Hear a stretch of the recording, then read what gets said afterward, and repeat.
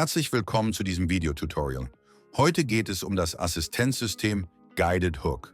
Damit könnt ihr den Lasthaken ganz einfach per Hand führen, und zwar ganz intuitiv durch ein leichtes Verkippen der Hakenflasche in Dreh- und Katzfahrrichtung. Voraussetzung für die Funktion ist, ihr habt einen Liebherr-Kran, der mit dem Assistenzsystem kompatibel ist und eine IMU an der Hakenflasche hat. Nur dann lässt sich der Guided Hook freischalten und aktivieren. Wer auf großen oder lauten Baustellen arbeitet, kennt das Problem. Missverständnisse über Funk oder Handzeichen. Beeinträchtigte Sicht auf die Last. Genau hier bringt der Guided Hook Entlastung. Auf unserem Übungsgelände zeigt unser Kranführer, wie es funktioniert. Haltet die linke untere Taste an der Funkfernsteuerung lange gedrückt. Im Display erscheint das Symbol Guided Hook aktiv. Zunächst gibt der Kranführer dem Anschläger über die Funkfernsteuerung die Freigabe, indem er den linken Steuerhebel betätigt.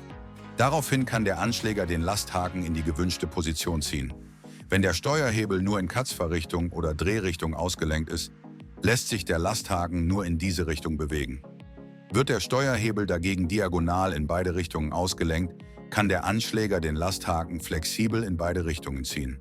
Wichtig ist, der Lasthaken muss vor dem Ziehen immer ruhig und gerade nach unten hängen. Die Kontrolle bleibt dabei immer beim Kranführer. Wird der Steuerhebel losgelassen, kann der Lasthaken nicht mehr gezogen werden. Der Kranführer gibt erneut die Freigabe. Der Anschläger greift den Lasthaken oder das Anschlagmittel und zieht in die gewünschte Richtung. So lässt sich der Lasthaken punktgenau zur Last führen. Die Last wird angeschlagen. Der Anschläger gibt das Signal und der Kranführer hebt an. Bei schwereren Lasten, wie zum Beispiel einem vollen Betonkübel, ist der Assistent nicht mehr vollumfänglich einsetzbar, da der Kraftaufwand für das Verkippen der Hakenflasche und das Abbremsen der Last für den Anschläger zu groß ist. Zum Deaktivieren drückt erneut auf dieselbe Taste, das Symbol verschwindet und der Kran lässt sich wieder wie gewohnt über die Funkfernsteuerung bedienen.